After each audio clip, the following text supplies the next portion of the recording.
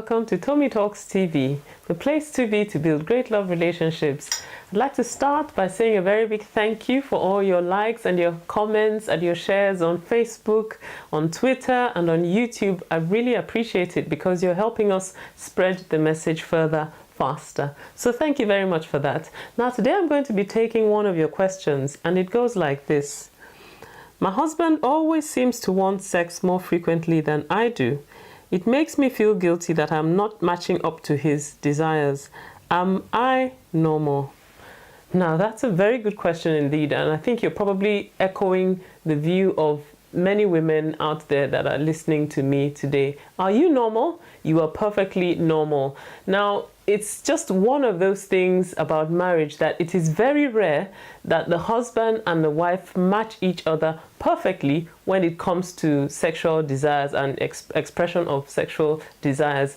I believe that actually that was part of God's design, because he made it such that we need to be adaptable and flexible and unselfish in our view of sex in order for us to have the sort of sexual relationship that God desires for us to have in marriage. So it takes you being able to understand where your husband is coming from, and for him to be able to understand where you are coming from, to be able to have the sort of relationship that you should have.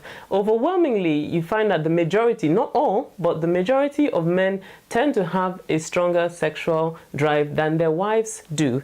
And usually you find that most women have a stronger need for emotional connection, for caring, for non-sexual touching than their husbands do. So that tends to create a bit of a sense of imbalance. But when you recognize that this is actually God's plan and you both make an effort to meet each other's needs, then it makes a huge difference in your marriage. So you can breathe a sigh of relief and tell yourself that you are actually normal. But then there are things that you can do to be able to meet your husband's needs the way that you desire to, because I can see that it is something that you care about and you really want to reach out to him. So you need to be more proactive about your sexual life and not just be on the receiving end, because the truth of the matter is that sex begins in the mind. So rather than just, waiting until, whenever he's ready, sometimes you also need to speak to yourself in the course of the day and, think about your husband in a sexual way and begin to stir yourself